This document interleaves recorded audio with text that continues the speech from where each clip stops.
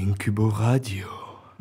Incubo Radio. Et bonsoir à tous et à toutes. Aujourd'hui, ce sera, maintenant plutôt, Eutaraxia, un nouveau petit concept. En fait, c'est un mot qu'on a construit nous-mêmes. Néologisme. Un néologisme, exactement. Waouh, c'est beau. J'adore les néologismes. La pertinence. Oui.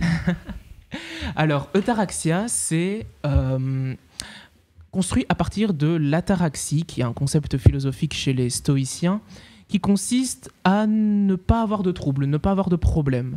Quand on a réussi sa vie de stoïcien, on est dans l'ataraxie. Nous, on a créé l'Eutaraxia, c'est le bon trouble. C'est-à-dire donc le préfixe A qui veut dire l'absence et taraxia qui veut dire le trouble. Donc ici, on a mis A, on a mis E.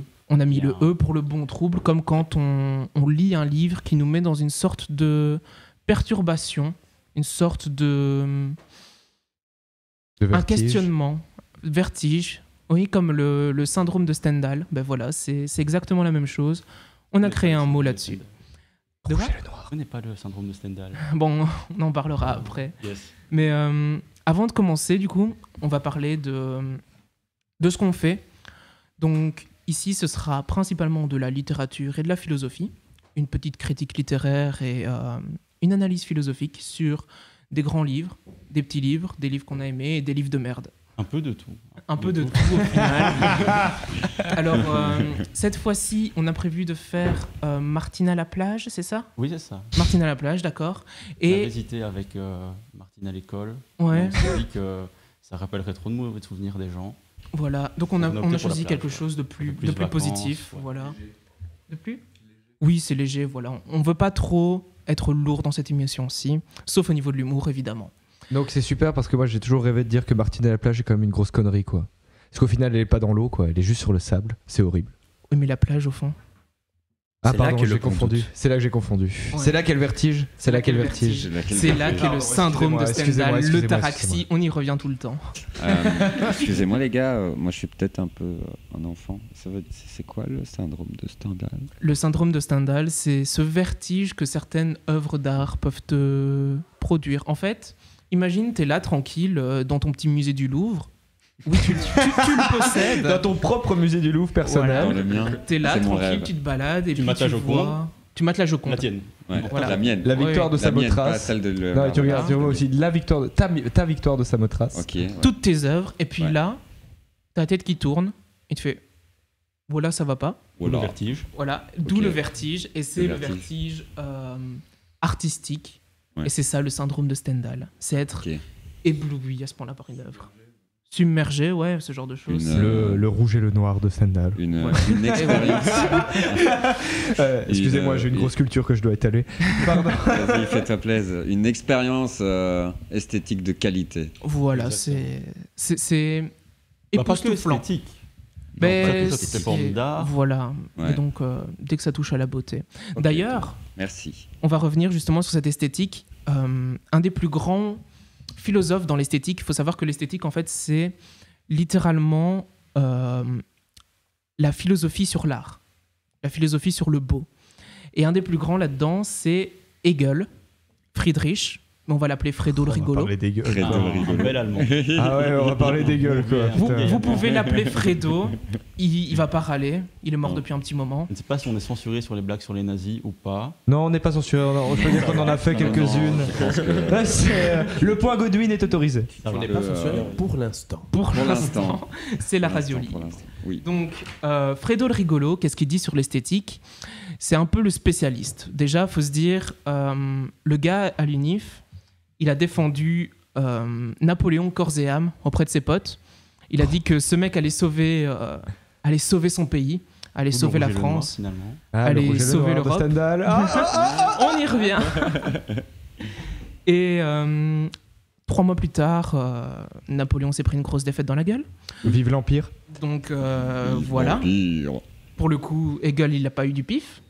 Et une autre fois où il n'a pas eu du pif, Hegel, c'est qu'il a créé toute un mémoire sur pourquoi est-ce qu'il ne pouvait pas y avoir plus de planètes dans l'univers et pourquoi on n'allait pas en découvrir.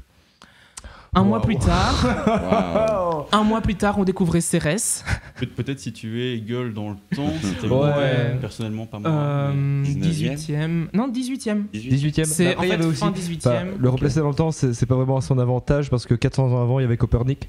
Ouais. Ouais, donc. Mais un peu Hegel avec l'astronomie, c'est un peu Aristote avec la science, quoi. Voilà, c'est un peu le même bail, sauf Ouais. que là, il a quand même un truc dans lequel il est fort, c'est l'esthétique.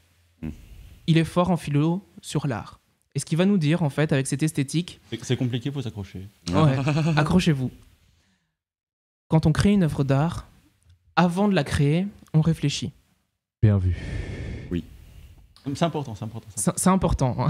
Là, Ça me c'est la parle- phase de Ça me parle réflexion. vraiment ce que tu dis. Hein. Ensuite, on passe à la phase de création de l'œuvre, Mhm. qui est Pour une l'instant, phase je suis. purement artistique. Et après, les spectateurs viennent voir l'œuvre. Et certains réfléchissent sur l'œuvre. Mhm. Alors La- peut-être différencier qu'est-ce qui se passe quand on réfléchit et qu'est-ce qui se passe quand on est dans la création pure. Ben, justement, j'y viens. Ce que Hegel dit, c'est que le moment où on réfléchit sur l'art, on ne fait pas de l'art. Les artistes, quand ils réfléchissent sur une œuvre, déjà créée ou pas encore créée, ils font de la philosophie.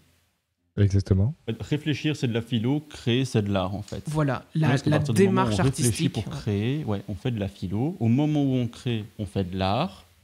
Et après, si on veut réfléchir sur l'œuvre qu'on a créée ou que quelqu'un d'autre a créée, on fait de la philo et pas de l'art. à ce Ok, moment-là. c'est pour Et ça que donc, j'ai des cours de euh, philo à l'école. Ouais. Voilà. Ouais. Ok. Et donc, est-ce que Handel a dit quelque chose qui n'était pas obvious?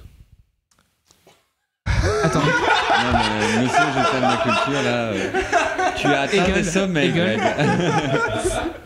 et je te prie de l'appeler Fredo le rigolo. à partir Bah, de Fredo maintenant. le rigolo, est-ce qu'il a Ouais. dit quelque chose que tout le monde n'était pas au courant en fait? Alors, justement, en disant ça, il est parti du principe que, tout simplement, le principe de l'art, c'est de retranscrire ce qui est vrai.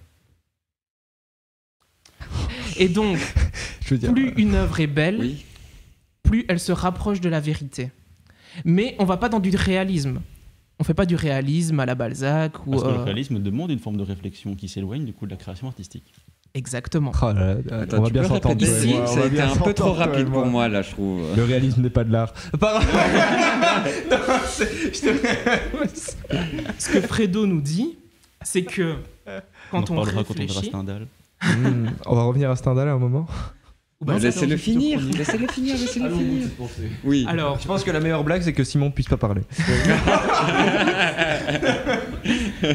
du coup, le beau, c'est se rapprocher des concepts, se rapprocher des idées. Et chaque concept, chaque idée crée le monde. Et ça, c'est purement philosophique.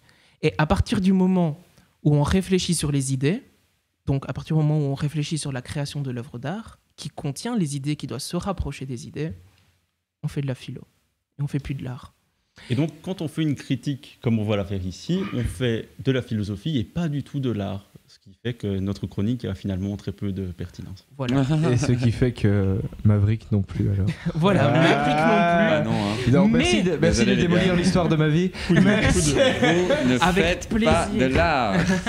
Je tiens à Nous le ne sommes pas souligner. des artistes ici. Vous n'êtes Parce pas que des ça va. artistes. Le but est de parler d'art, pas forcément d'en faire. Voilà, Non, c'est vrai. Après, est-ce que la philosophie n'est pas une forme d'art? Je pose l'art de philosopher. On va bien s'entendre, toi et moi, Est-ce vraiment, qu'on parlerait de la... Oui. Moi, je pense que je suis en train de faire de l'art car j'enregistre en fait. Ah. Et donc, Mais est-ce que tu réfléchis? On va lire Martine à la plage et Fouinu Mais la si tu réfléchis, tu fais pas de l'art. Est-ce qu'on pourrait parler de technique ou d'art? Est-ce qu'on pourrait parler de la même chose? Ouais. je crée. Là, je suis en train de créer donc un format sonore, une œuvre sonore Mhm. avec vos voix, avec vos réflexions. Nos voix suaves. Voilà. Waouh. Tu fais de Et- l'art à partir de la philo. Est-ce que Voilà. finalement, on ne crée pas tous ici parce que tu récupères nos voix? Donc, Ah. On laisse une ou un trace. outil. Ou un outil. On s'enfonce de la philosophie profonde et je pense que... Ouais. On va passer Ouais. rapidement sur Oui. le fait Moi que j'ai une donc- question. Moi j'ai une question du coup. L'art conceptuel. Ouais. Mais Hegel, du coup, On Hegel, s'enfonce, on s'enfonce. il dit que c'est de la merde. Ah, Ok. Mais Ah. on rappelle que Hegel date de 1700 et quelques, Oui. donc Oui. on l'écoute pas. Il est pas très Et conceptuel. de toute Ouais. façon, Rousseau, Ouais. Oh là là, on s'en- Rousseau. Irvine, coucou, Irvine. Salut. Rousseau dont Hegel était Rousseau, fan, Petit-fils. est bien meilleur que Hegel. Ah, bien meilleur. Donc, on va Tu mets préférer un- Rousseau un ici. jugement. Ah oui, carrément, Ah ouais. carrément. Il y aura- De toute Ok. façon, Kant, que Hegel admirait, Kant, il dit la beauté, quand on dit c'est beau, c'est impératif, on laisse pas le choix aux autres. On dit waouh, ça c'est beau. Et Ok. moi, je vais me permettre de dire une phrase d'un grand penseur qui s'appelle Philippe Catherine. Non. Qui dit. Non, mais laissez-moi manger ma banane. Ouais, non. Qui dit c'est beau de dire ça sans savoir que c'est beau. C'est beau de dire. Ne pas savoir de dire ça. Voilà, ne pas savoir- que c'est beau, c'est ça qui est beau. Ne pas pas savoir savoir. que c'est beau de dire ça, c'est ça qui est beau. Non. Ne pas savoir dire que c'est beau, c'est ça qui est beau. Non, Et ne c'est pas pas savoir ça, dire on n'a pas la phrase sans exacte. savoir plus beau. On s'enfonce dans la philo. Et donc, tu vas nous parler d'un livre, Simon Et Ne pas tout savoir le que monde c'est est beau de encore, dire ça, c'est ça qui est beau.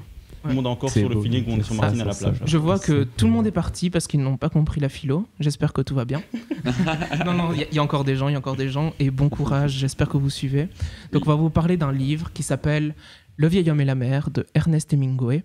Ça va parler de poissons, mais on va en parler un petit peu après. Ici, une petite pause avec Découverte de Wham.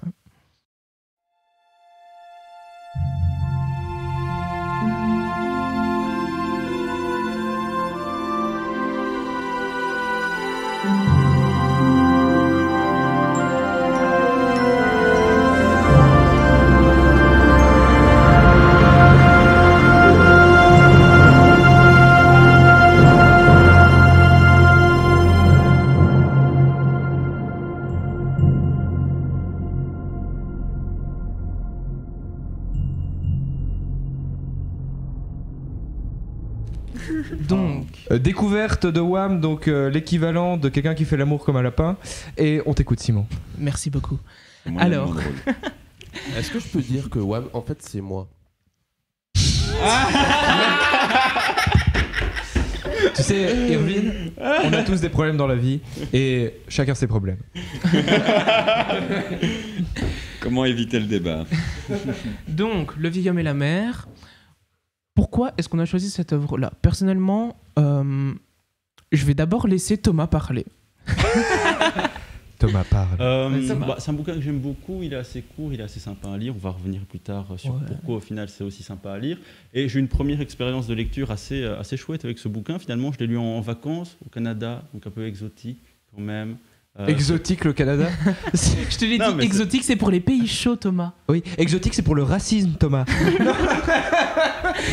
Tu ne peux pas être raciste envers des pays économiquement développés, Tu peux pas faire les accents des pays qui sont développés. qui sont pas développés. Non, mais justement, Tu peux faire l'accent des pays qui sont sont développés. Mais non, mais justement, c'est ça la blague. Attends, quoi? Vas-y, continue, Thomas. Donc là t'es avec Exotisme. mon bouquin au bord du lac de Tadoussac. Tadoussac. Non, donc je l'ai lu au Canada en vacances, une très belle lecture avec une très jolie vue devant moi sur les rives du Saint-Laurent. Pourquoi tu me regardes quand tu dis ça, Thomas? Parce que tu es très beau. Merci. Et tu attires mon regard. Donc une très chouette première expérience de lecture. Il y a un livre que j'aime beaucoup et que je relis assez régulièrement, finalement. Et il y avait beaucoup de choses à dire, ce qui nous aidait un petit peu pour cette première chronique. Mhm. Donc voilà, je vais te laisser la parole. Personnellement, j'ai aussi beaucoup apprécié ma première lecture, en fait, mon premier contact avec Le vieil homme et la mer.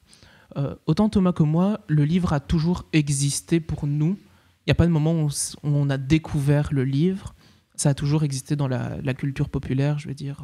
Classique de fou quand même. Hein. Ouais, c'est un gros classique quand même. Il a eu prix Ernest Pulitzer. Ernest Hemingway, en général, est un Ernest classique de Hemingway. fou, ouais. Mais donc, personnellement, j'ai découvert quand il faisait super chaud, c'était l'été, et je m'ennuie.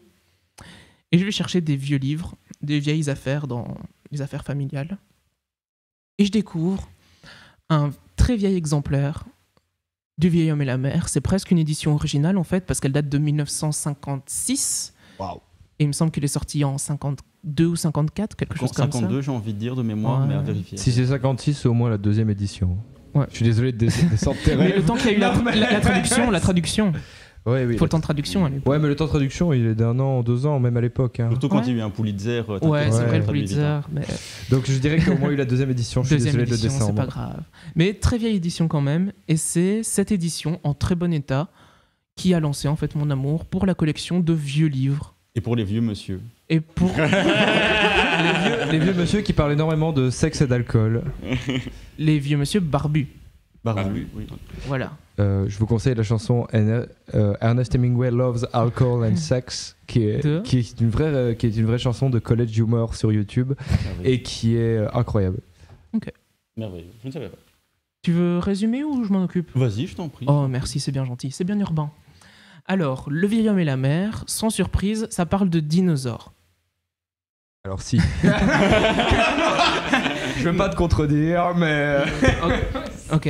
Tu confonds avec Jurassic Park, ton pied sur Maverick, là. Oh, putain, il c'est faut vrai. qu'il va On pleurer parle pas de après. Spielberg ici, d'accord? Déjà, c'est vrai, on empiète sur Maverick. La fois passée, ils ont parlé de Spielberg, ils ont parlé des Dents de la Mer. Ici, on parle du Vieux homme et la mer.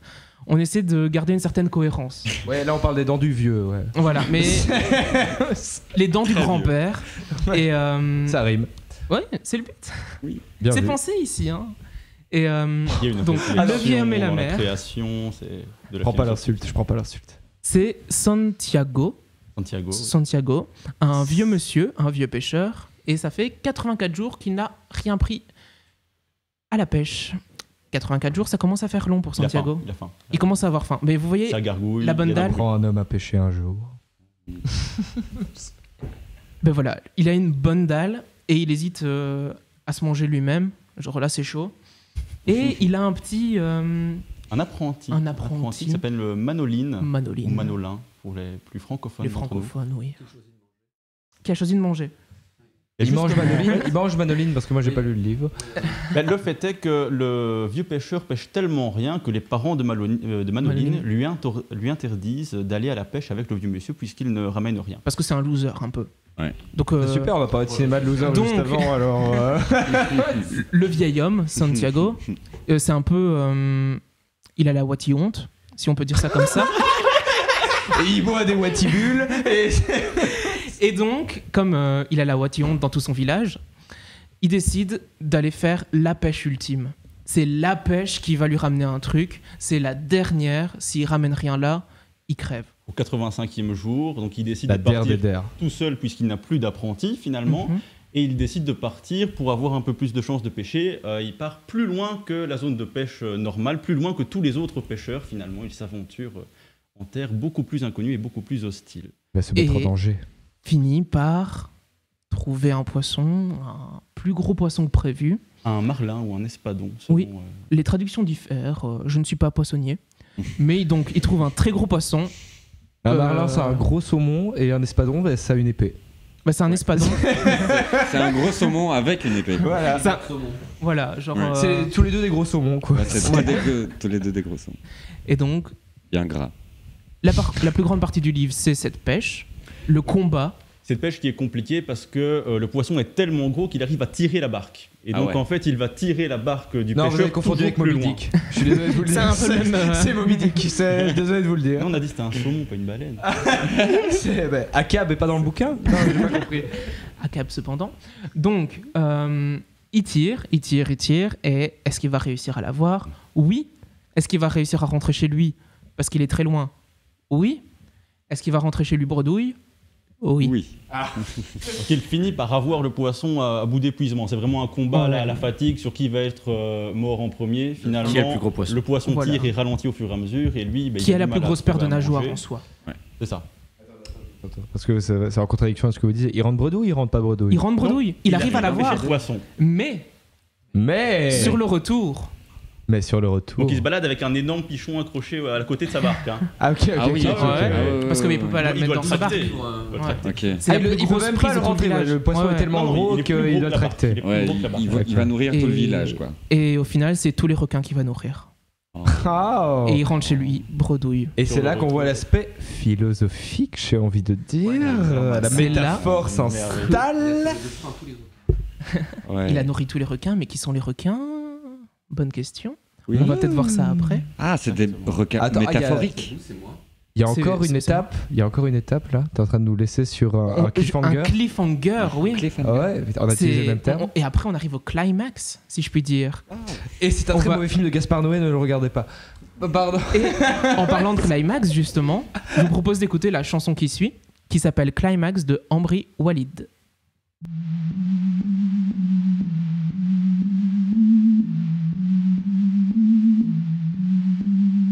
À الوطن الحجر الأم الأرض أنا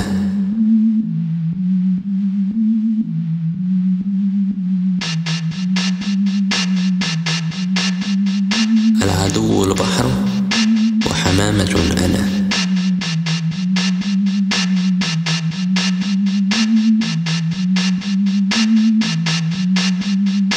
الوهم رجال من وراء الشمس يتقدمون عبر شوارع المدينة القديمة السماء تمطر وعطش الأرض لم يرتووا بعد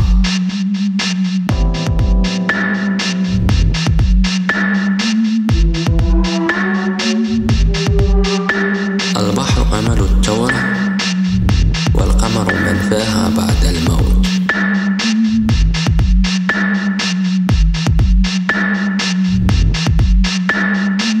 الشعر زائف بعد المحاولة الأولى ولن تحيا أبدا ما لم تقع في فخ الموت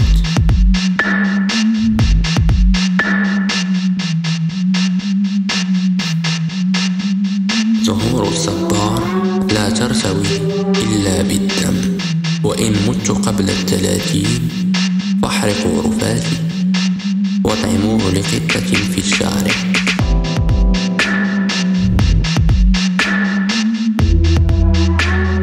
سيمفونية راغنر السابعة ودموع الأرامل لها طعم القهوة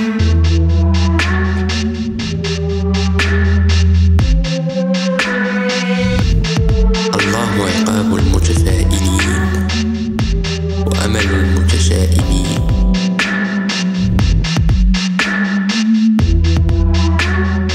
الله لا يراه إلا الأطفال الصغار يرسمونه على أوراقهم الفارغة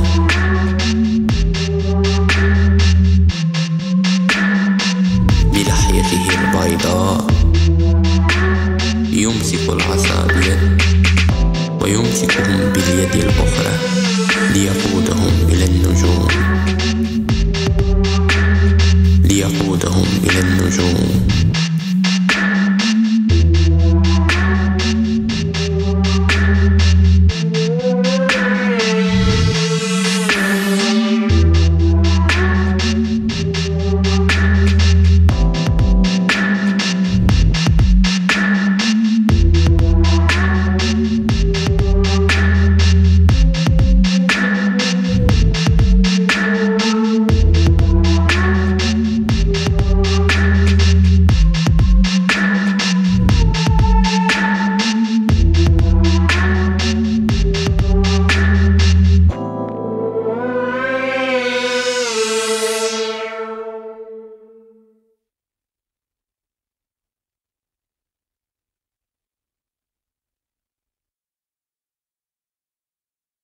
Nous sommes de retour.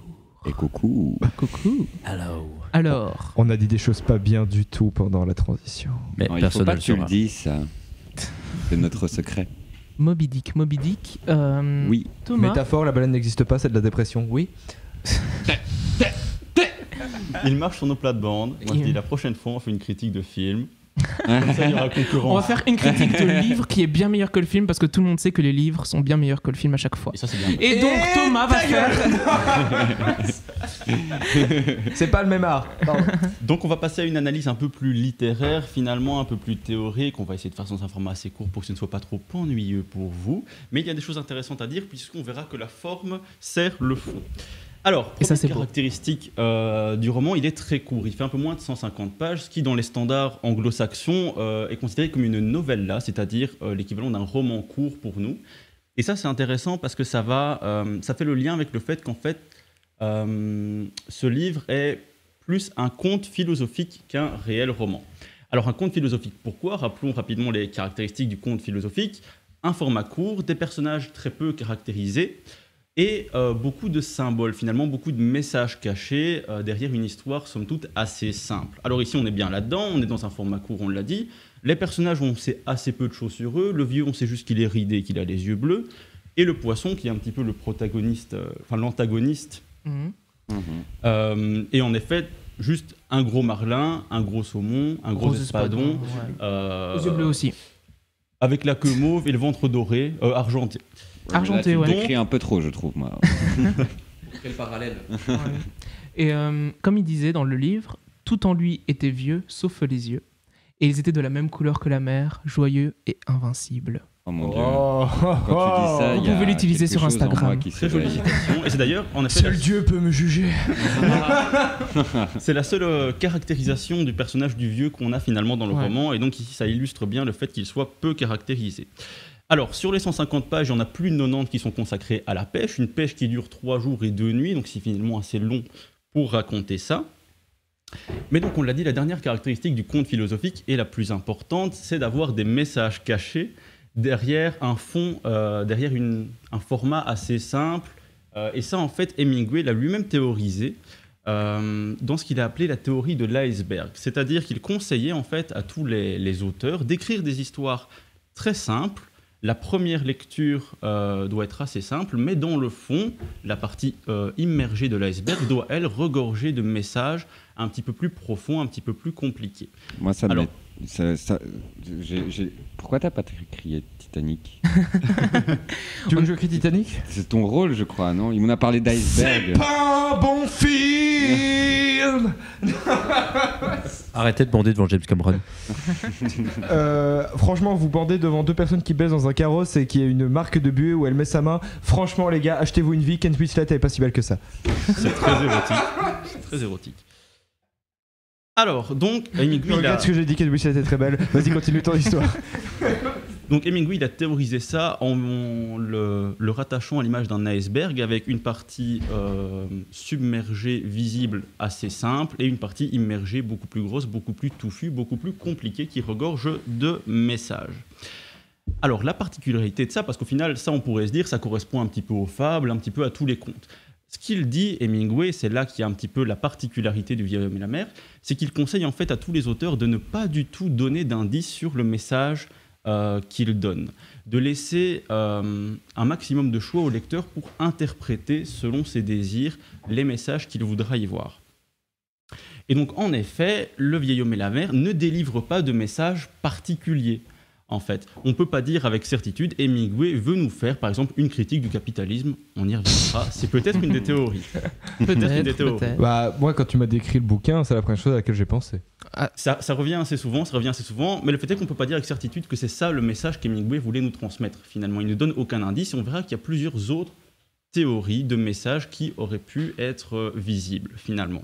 C'est le principe du conte philosophique. On y voit ce qu'on veut, tout simplement. Alors, comment on fait du coup pour raconter une histoire sans donner d'indices sur le message derrière? Eh bien, on reste très factuel finalement. On fait des phrases courtes, des phrases simples, on reste vraiment dans les faits. On essaye de ne pas aller trop profond dans la réflexion, sinon on a déjà des indices au lecteur sur le message qu'il pourrait voir. Et en effet, c'est ça le Vieil homme et la mer. Ça peut paraître ennuyeux à certaines personnes parce que c'est assez factuel, c'est un récit de pêche. On nous parle assez longuement de la composition des hameçons, du bateau, des techniques de navigation, des techniques de pêche, qui fait que c'est parfois même un peu compliqué quand on n'a pas le vocabulaire de la pêche. Hein. C'est un peu relou, il faut le certains dire. moments. Ouais. Et donc, Ouais, mais c'est peut-être ça qui participe. Ça peut initier, c'est vrai. C'est peut-être ça qui participe aussi à l'immersion dans cette histoire. Immersion, l'homme et la mer, waouh. Ouais, l'homme et la mer, je me plonge à corps et âme. Mais c'est vrai que ça participe à la qualité du récit, évidemment, mais ça peut être aussi, comme on dit, un problème pour certaines personnes. J'ai vu certaines personnes qui voyaient en Le Vieil homme et la mer simplement un récit de pêche et qui trouvaient ça totalement horrible et cruel de parler d'un vieil homme qui pêche pour manger. Et même si on ne le considère pas comme une histoire que juste un vieil homme qui pêche, c'est quand même assez cruel, au final. Pourquoi ? c'est vrai, mais... Pourquoi ? C'est vrai, mais on pourra en rediscuter tout à l'heure, c'est intéressant, parce qu'il y a justement aussi un petit peu, on peut voir dans Le Vieil homme et la mer une tension entre la nature et la culture, finalement, la place de l'homme dans la nature, l'homme qui s'aventure finalement un petit peu trop loin dans la nature et qui du coup est débordé, finit par se faire bouffer son poisson. Ok, je commence à voir le lien avec les dents de la mer. Tu vois ? ça commence à se relier ? Ouais, ça commence à se relier, Est-ce que Spielberg n'aurait pas un peu lu Le Vieil homme et la mer ? Ce serait possible, sauf que les dents de la mer, c'est à la base aussi un bouquin. Oui, oui. Donc Mais je c'est serais plus inspiration. probable que l'auteur des dents de la mer ait lu les dents. Le bouquin. Le Vieil homme et la mer, parce que, comme je l'ai dit dans la critique de Maverick, je suis désolé de faire une aparté, Oh, c'est pas grave. ce qui est que les dents de la mer, c'est l'homme qui affronte la nature et qui gagne. Mhm. Bien, ici, on pourrait dire que ce serait à l'inverse l'homme qui affronte la nature et qui perd finalement, mais ça, on va en reparler. Et donc finalement, au niveau de la forme, on peut dire que Hemingway nous donne juste des symboles auxquels nous-mêmes, en tant que lecteurs, selon notre vécu, selon notre vision des choses, selon notre engagement, selon nos idées, on pourra rattacher ce qui nous parle. Finalement, le vieil homme, c'est juste un héros, il est très peu caractérisé. Le poisson, c'est finalement juste une quête, un objectif à atteindre. La pêche n'est qu'un cheminement laborieux. Un outil de quête. Et les requins ne sont que des méchants qui veulent profiter du fruit du travail du pêcheur. Les 12 étapes du héros de Sophocle. Voilà. On y revient, ça reste vraiment un schéma narratif et un schéma actantiel qui est vraiment basique. Oui. Mais c'est là que naissent les plus grandes histoires. Voilà. Mais c'est vrai qu'on se rapproche finalement de quelque chose d'assez basique et Hemingway nous donne que des symboles auxquels nous, on pourra rattacher certaines choses. Et c'est pour ça que c'est intéressant parce qu'il y a une grande diversité du coup de messages qu'on peut observer à travers le vieil homme et la mer. On va en brosser un petit portrait des différents messages qui reviennent le plus souvent, sachant que là-dedans, aucun n'a été confirmé par Hemingway qui voulait rester dans sa volonté de ne pas donner de message lui-même. De toute façon, il est mort un peu après. Surtout que, on en a parlé tantôt avec l'art de rue, mais une fois qu'un artiste a transmis son œuvre, ça ne lui appartient plus. Ça ne lui appartient plus. C'est vrai.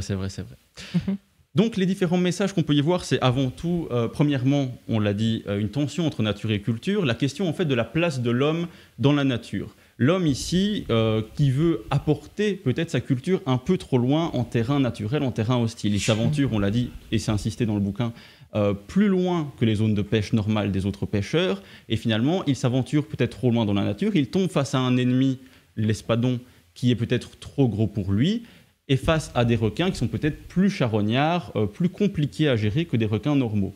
Et finalement, on pourrait dire qu'il se fait remettre à sa place par la nature.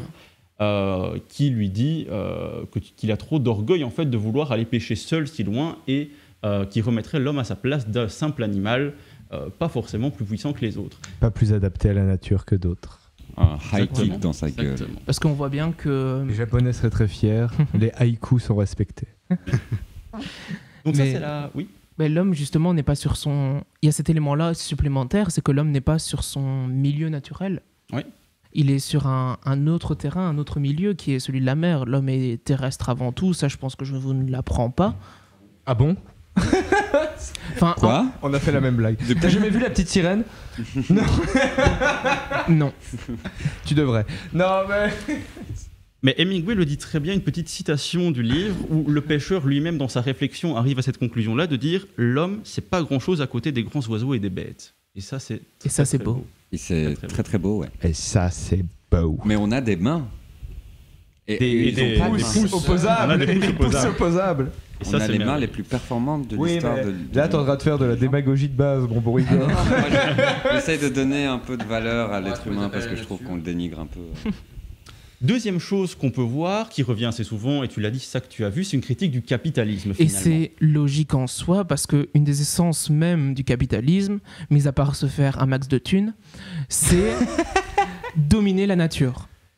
Il y a cette volonté de dominer la nature, et donc nature-culture, on y revient. Je dirais même que c'est dans la nature de l'homme depuis la nuit des temps. C'est dans la nature de l'homme de contrer la nature. Ouais. Rousseau ne serait pas forcément... Et Prométhéeus et Téréus ne pourraient pas nous dire l'inverse. Ce n'est pas la référence. On va pas parler de ça maintenant, mais ça vient à l'origine d'un mythe grec avec Prométhéeus et Téréus qui est son frère. Prométhéeus, celui qui pense avant, et Téréus qui est celui qui pense après, et qui est que justement l'homme est inadapté à la nature et que pour survivre il est obligé de la combattre. Ça date du temps grec. Et Prométhée, c'est celui qui ramène le feu. C'est celui qui vole le feu à Zeus, c'est ça? Ouais. Oui, et qui se fait manger le foie pendant des années. Et... Un aigle qui vient de lui picorer. Et justement, les aigles, cette volonté de surpasser la nature, ça vous fait pas penser... Un film en particulier, Aigle, Surpasser la nature, critique du capitalisme. Moi, si je vous parle du Seigneur des Anneaux. Alors, on va pas parler du Seigneur des Anneaux. Parce que déjà, c'est 3 films de 4 heures, si on parle les versions longues. Et on n'a pas assez de temps pour en parler, donc retourne à ton livre, je t'en prie. Mais donc voilà, le Seigneur des Anneaux aborde aussi cette critique du capitalisme et de la volonté de surpasser la nature par la culture. Aussi la force de l'art. Mais aussi la force de l'art et de plein d'autres choses parce que c'est magnifique. C'est 4 heures de film, donc on peut pas aborder qu'un seul sujet. Et donc, on revient au troisième sujet. Troisième sujet. Sauf si qui on a serait- encore quelque chose à dire sur le capitalisme. Ouais, donc on peut-être a toujours des choses à dire. simplement, pour l'image de ceux qui n'auraient pas vu, le vieil homme caractériserait le dur labeur, finalement, Oui. le travail manuel, Le prolétaire. le prolétaire qui travaille dur pour obtenir une récompense qui serait l'espadon. Et finalement, au moment où il a obtenu sa récompense, avant de pouvoir en jouir, il se fait tout grappiller, les requins représentant donc peut-être les banquiers, les taxes, Donc une le système critique des capitaliste. taxes.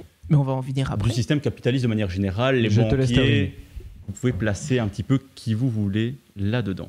Le troisième sujet, donc un message peut-être sur le combat, tout simplement sur le combat symbolique entre les deux entités, les deux forces de la nature, peut-être un sorte de combat viril. Il y a plusieurs petites traces un petit peu d'amour de la virilité d'Hemingway dedans, Oui. notamment une citation au moment où le marlin a mordu à l'hameçon, il dit « il tire comme un mâle », c'est vraiment un mâle, au mot près. C'est normal, Hemingway était très sexiste. L'époque voulait peut-être. Non, l'époque n'excuse rien. C'est vrai. Donc Sa peut-être une barbe, sorte de oui. combat symbolique entre les deux entités. On parle de Simone de Beauvoir. Non. Mais c'est très intéressant parce que finalement, au fur et à mesure du combat, au fur et à mesure de la pêche, les deux entités finissent par se rapprocher. Le vieil homme commence à avoir un profond respect pour le poisson, au point qu'au moment où il meurt, il dira « j'ai tué ce poisson qui était mon frère ». Il y a vraiment une sorte de rapprochement, de respect mutuel pour entre les deux combattants qui se fait au fur et à mesure du combat. Et c'est assez beau à voir, c'est presque émouvant finalement de voir que cet homme qui à la base était juste parti pour tuer un poisson finit par avoir un combat finalement très respectueux. Bon alors, la problématique de la Dans les pêche ne sera limites. pas abordée. Oui, mais c'est Ou de la aussi, corrida, ou de- Oui, oui. C'est extrêmement intéressant cette métaphore de combat, car c'est quelque chose qui régit depuis des années notre système idéologique et politique, qui est le combat entre deux entités qui ne peuvent pas s'abattre les unes entre les autres.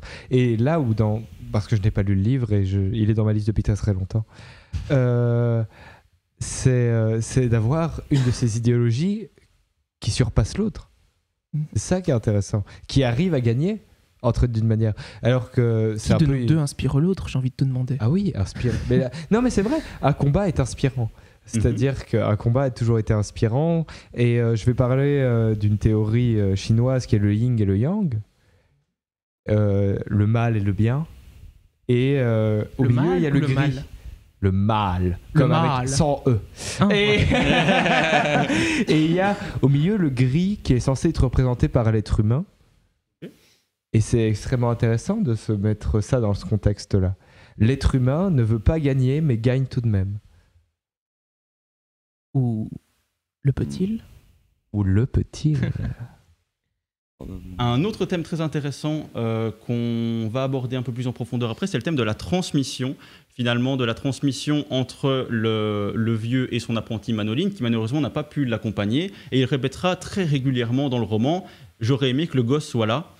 Peut-être justement pour pouvoir lui apprendre ce que c'est que ce combat, ce que c'est que ce respect de l'adversaire finalement. Et ça pose aussi la question de est-ce que le vieux arrivera à retransmettre toute cette idée simplement à travers un récit et pas à travers l'expérience.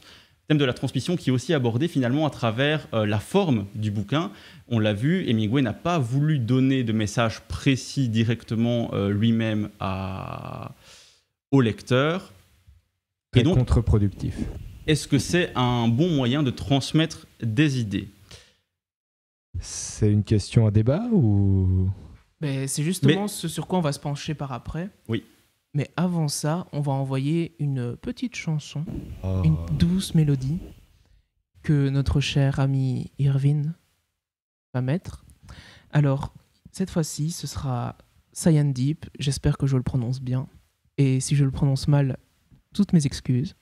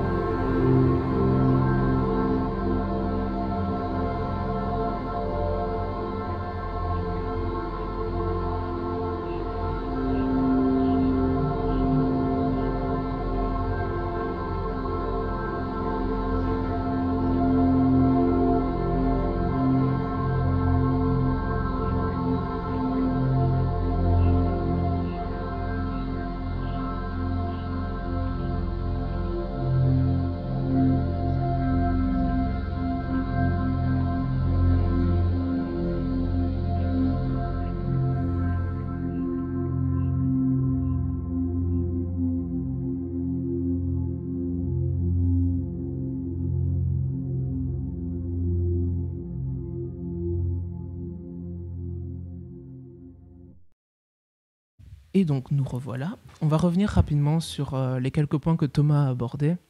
Donc tout d'abord la critique du capitalisme, parce que ça c'est beau. Ce que l'auteur nous dit, et pas le capitalisme, non, ça c'est pas beau, mais la critique du capitalisme est belle. L'auteur nous dit en fait dans le récit que la volonté ne suffit pas. Déjà ça c'est un élément important d'une critique du capitalisme. Oui. Si je peux me permettre, il faut... Avant toute critique du capitalisme, et comme l'a fait Hemingway, il faut lire Adam Smith. Capitaliste, pour les auditeurs, peut-être dire que Adam Smith... C'est le créateur du capitalisme. Oui.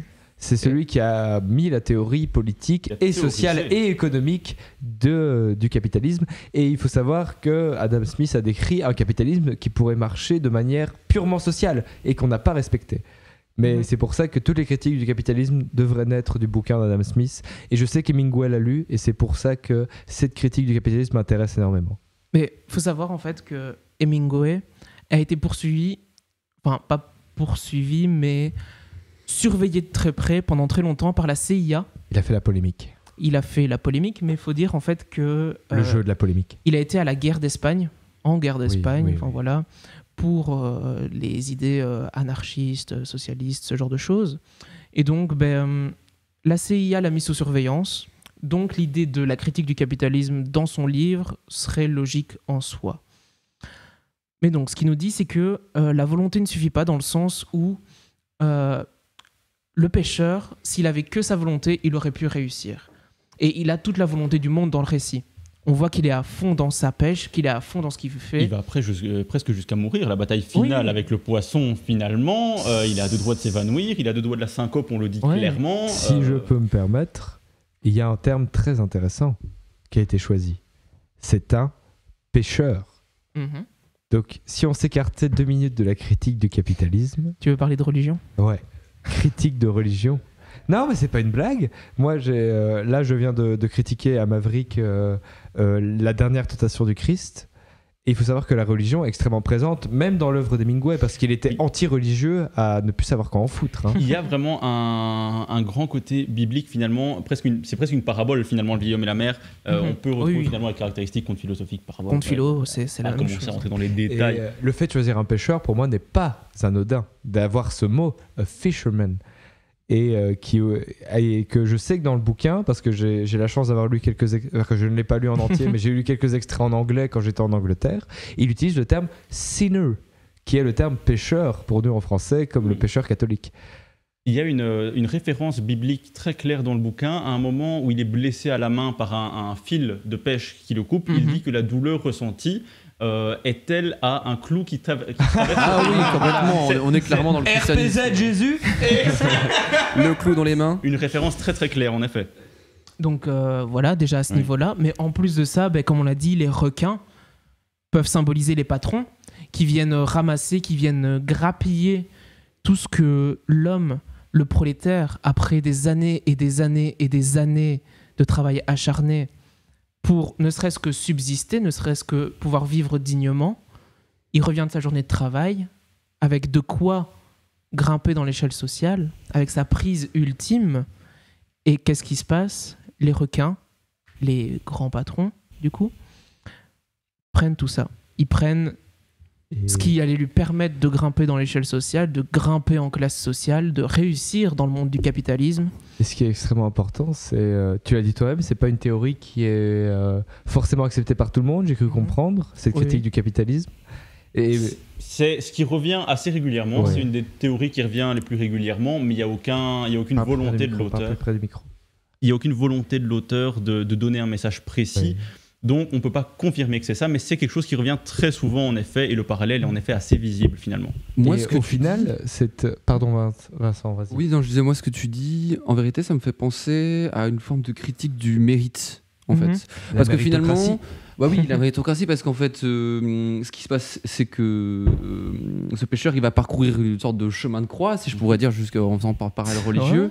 Et en fait, il n'obtient rien. En fait, il donne tout ce qu'il pouvait, il a donné toute l'énergie. Et en fait, le lecteur, face à ce genre d'histoire, la première chose qu'il pourrait se dire, c'est il mérite pas ça. En fait. Semblable Alors que finalement, au Christ. est-ce que c'est une question de mérite dans cette histoire? Et du coup, c'est ça que ce que tu me dis me questionne exactement. Est-ce que c'est une question de mérite? Et c'est pour que ça les que requins mangent le poisson ou pas, quoi. Vince, c'est pour ça que l'analyser de manière religieuse me semble tout à fait normal. Pertinent. Je sais que tu aimes beaucoup la pertinence, Thomas. Parce que Simon m'en a parlé. Et nous sommes deux à aimer beaucoup la pertinence. Je veux des Ce qui petites est étoiles que, à chaque fois que vous en parlez. C'est bizarre. d'avoir justement ce fait d'un homme qui se bat avec un poisson capable de nourrir tout un peuple et qui au final échoue à ramener ce poisson. C'est pour moi une histoire très christique au final. Ça pourrait être très christique. Et ce serait pas étonnant de la part d'Hemingway. Jésus dans le désert. Jésus dans le Non, désert. parce que Hemingway a parlé grande étendue d'eau. Hemingway a parlé de religion, mais il critique énormément la Bible. Hemingway, il en parle énormément. Mais on peut y voir finalement, j'y pense maintenant, le chemin du croyant qui pendant toute sa vie travaille pour obtenir peut-être un paradis qui serait donc l'obtention de la récompense ultime, ici l'énorme poisson, et qui finalement n'obtiendrait rien. Se fait avoir. Ouais. Et finalement, j'ai peut-être créé une réflexion. Mais c'est quelque chose que j'avais pas vu, mais ça me paraît très pertinent aussi. Moi, j'avais une question à vous poser. Alors, je sais que tous les deux, adeptes des bouquins, vous pourrez m'aiguiller sur la question, mais vous deux, vous connaissez le bras du bibliothèque. Vous connaissez le principe du monomythe, j'imagine bien. Oui. Est-ce que moi, ce que ça m'a évoqué, ce que vous m'avez raconté, parce que je ne connaissais pas le bouquin, c'est une critique du principe du monomythe? Je ne pense pas personnellement. Le monomythe est plutôt respecté dans l'histoire de la fiction. En fait, il est respecté, mais en aboutissant. Le monomythe. Alors, qu'est-ce que ça veut dire que ceci? Alors, pour nos auditeurs, le monomythe, c'est une théorie selon laquelle. Théorie qui a été largement confirmée depuis, mais. Le héros mille visages, je sais plus c'est qui l'a. Oui, le héros mille visages, et c'est dans le même bouquin qu'il y a les 12 étapes du héros. Voilà, c'est toutes les histoires, toutes les quêtes passent par les mêmes étapes. C'est le schéma actentiel, le schéma narratif. Et ça a été approuvé, mais ça a aussi été réfuté par de nombreux films, bouquins et œuvres de théâtre. Donc on peut construire autour, voilà. Mais c'est vrai que ça peut jouer là-dessus en disant ce n'est pas le cas, ce n'est pas un monomythe, et il vient casser l'idée que le héros, avec tous ses efforts, avec tout ce qu'il a fourni, n'arrive pas à résoudre l'objet de quête. Ouais, c'est le final. C'est la quête échouée, en fait. Ouais. Voilà, il ne peut pas respecter le monomythe parce qu'à la fin, le héros rate. Mais c'est pour ça que je disais ça, justement.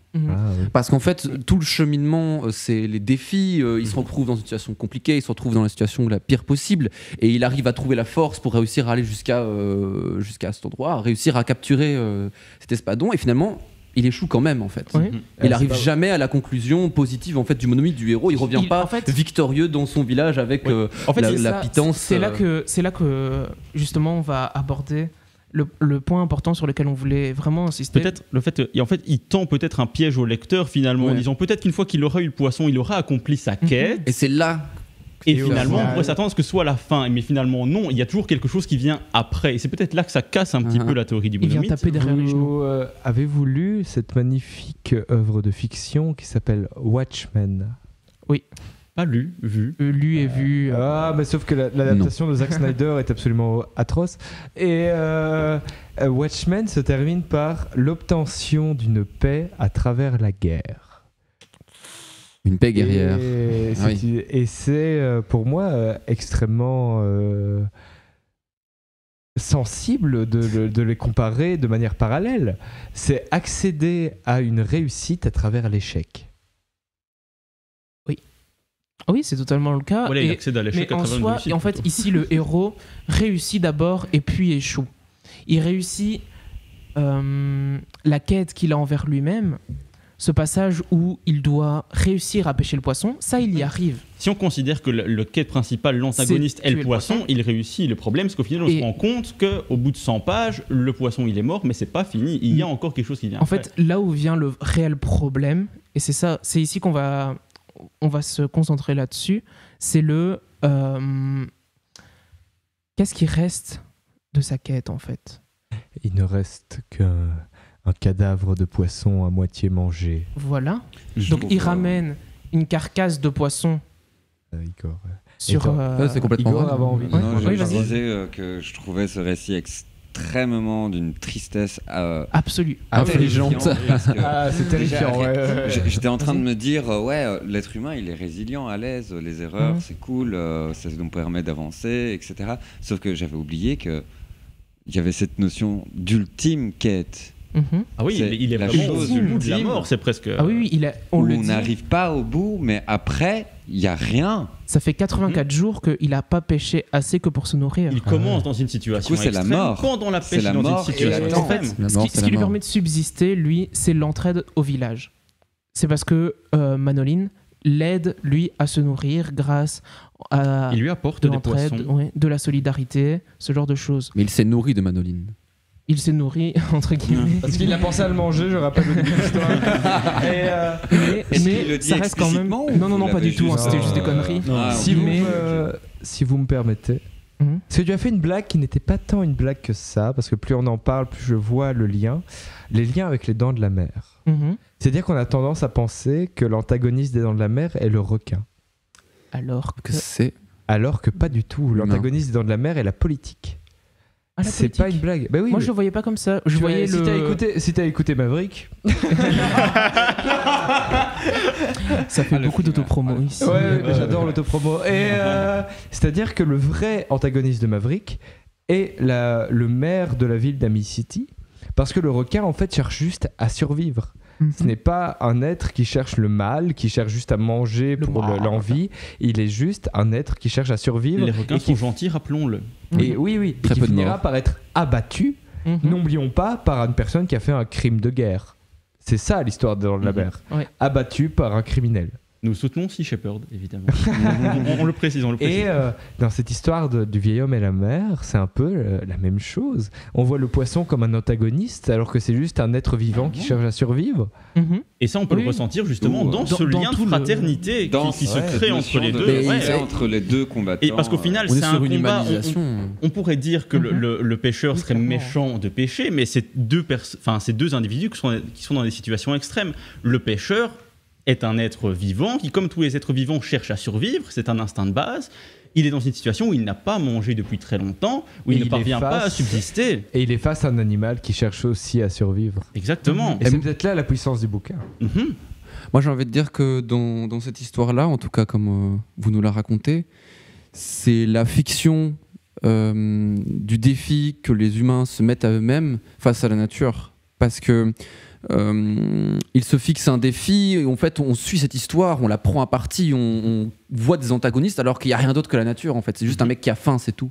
Ouais. Mais on s'imagine, comme on le dit, là, en fait, on s'imagine justement ces parallèles-là. L'homme s'imagine des défis, se construit des défis, s'illusionne de défis et d'objectifs. Et en fait, après qu'il a réussi son objectif, mais malgré tout, il y a la suite, comme tu le disais tout à l'heure. Et ça, je trouvais ça très pertinent, ce que tu disais, c'est qu'il y a l'après, en fait. Ouais, c'est peut-être un piège qui nous tend aussi Mais- de vouloir nous faire voir un combat là où c'est juste la nature. Et en fait, c'est justement ici, c'est l'après. On en revient. C'est quel est l'héritage en fait qui est laissé justement au village. Qu'est-ce qui est laissé dans les mémoires collectives en fait. Parce que le gars, il revient avec sa carcasse de poisson. Il va raconter l'histoire. Carcasse énorme. Carcasse énorme, certes, mais il va raconter ça au village. Ça va faire le tour du village. Mais encore plus triste que tout ça. Dans les derniers C'est paragraphes. Vraiment les intense dernières tristesse. lignes du roman, on nous parle d'un groupe de touristes qui est sur une terrasse et qui demande à un serveur ce que c'est que la carcasse. Il y a encore la grosse carcasse blanche, Ouais. les os qui sont attachés à côté du bateau, ils voient le port. Et l'homme qui parle très mal américain, oui, Anglais. mais en anglais, C'est Et c'est qui- cubain. Mais ben là ils sont à Cuba, oui. Ouais, mais il parle anglais à Cuba à l'époque. Et, Détail. pas un dialecte. Ah non, c'est Comment pas un dialecte parce qu'on a déjà Che Ah. Guevara qui impose l'anglais et Che Guevara était l'ombre de Castro, mais c'est pas le sujet. Donc, Un patois cubain. Donc, on revient à cette idée de, il y a la carcasse, les touristes demandent, et ce qu'il dit, ce que le gars répond, c'est Requine. Il pense qu'on lui demande qu'est-ce qui a fait ça. Pas ce que c'est, mais qu'est-ce qui a fait ça. Donc il répond les requins. Ah. La dame se dit, Ah, je savais pas que les requins avaient une aussi belle nageoire. Et c'est tout. Oh non. Et Alors- les gens, ils s'en foutent complètement. Il ne reste c'est rien là en que- fait de C'est l'histoire. là que la critique du capitalisme devient beaucoup plus pertinente. En plutôt rentrant que celle chez eux. religieuse. En rentrant chez eux, ça c'est pas dans le récit, mais ils ne raconteront rien de ça. Ils diront, j'ai vu, ça y est, une carcasse, peut-être, et encore, ce serait étonnant. C'est un récit tellement exceptionnel qui finalement va pas s'ébruiter au-delà d'un micro-village de pêcheurs Ouais. cubains. Et c'est là Et qu'on ça, pose la c'est- question ouais. de la mémoire. Et, Cet événement exceptionnel dans une minuscule partie du monde n'est rien. Peut-être qu'on est tous à un moment de nos vies, un petit peu comme ces pêcheurs, dans une situation extrême où on doit accomplir des exploits finalement, Que et que personne ne dans le remarquera. fond, tout le L'arbre monde qui s'en tombe dans la fout. forêt. Et C'est parce ma que plus grosse on a- angoisse. Si j'ai cru comprendre, parce qu'on m'a fait un signe de montre, Oui. la fin de l'émission approche. Oui. Et bien sûr que tu auras le mot de fin. Je n'ai aucunement envie d'avoir le mot de fin, mais j'ai envie de dire deux choses sur cette émission. Déjà, j'ai envie de citer La 6e extinction, qui est un excellent bouquin et qui parle exactement de ce thème-là, de tous les gens qui voient les grenouilles disparaître, les grenouilles qui ont survécu à tous les cataclysmes incroyables de la Terre et qui disparaissent seulement depuis quelques années. Lisez ce bouquin, c'est un super bouquin de Elizabeth Slayton, c'est incroyable. Reste à Et trier je des vais grenouilles. terminer mon temps de parole par une citation de Ernest Hemingway qui disait « Le premier jet de n'importe quoi, c'est de la merde. On est d'accord avec lui. On est souvent d'accord avec lui. Mais donc, l'avantage de cette émission, c'est qu'on a énormément de choses à dire. L'inconvénient de cette émission, c'est qu'on n'a pas assez de temps pour tout dire. Ça, c'est notre problème. Alors, on pouvait encore parler de Socrate qui parlait des livres et des problèmes des livres. On pouvait parler de plein de On choses aurait tenu encore, encore des une bonne statues heure, hein. Mais grecques. c'est la beauté d'une émission avec une limite. C'est ça le C'est que problème. les gens sont Et- poussés à devoir se renseigner. Est-ce que c'est pas ça justement l'intérêt Est-ce qu'on dans n'est pas les la pêcheurs, perte là de mémoire de l'histoire du pêcheur? C'est parce que justement elle va être perdue et c'est pour ça qu'elle a toute sa valeur. Alors Branle mon cerveau. Et c'est pour ça qu'il faut le lire, pour C'est se pour ça souvenir de qu'il tous faut- ces petits combats du quotidien que des gens mènent finalement, de tous ces exploits qui sont accomplis Ouais. et On fait- auxquels on on va n'accorde faire pas assez un- d'importance. Personne On va se faire un souviendra. dernier Permettre d'emprunter une phrase de Maverick. Je Vas-y. vais te permettre d'emprunter une phrase de Maverick et tu peux dire. Musique Maverick. Je vais reculer le micro comme ça c'est toi qui vas pouvoir le dire et pas moi. Mais dis-le avec. comme l'a dit un grand sage, lisez Le vieil homme et la mer. Voilà. Merci Maverick. Si vous voulez De dire un petit mot de fin, pas? Qu'est-ce que vous en avez Un pensé? mot. Un mot, une phrase. Très rapidement. On a un Très mot, rapidement. oui, on a un mot. Un cubo radio. L'arme. Larme, Puissance. puissance, Silence. silence. Thomas? Pertinence. Pertinence. J'ai faim. Sandwich. C'est trois Tu mots dis parce que le J avec apostrophe compte Ok. comme un mot. Alors, merci beaucoup pour votre attention. Un Merci grand beaucoup pour à votre vous. participation, les amis. Un cubo radio. Rock'n'roll. On se voit à la prochaine émission. Des bisous. À la prochaine émission. À la prochaine émission. Et on se retrouve tout de suite avec Clony Clank, un label québécois, avec l'intro de leur mixtape Montréal mon amour. Rock'n'roll.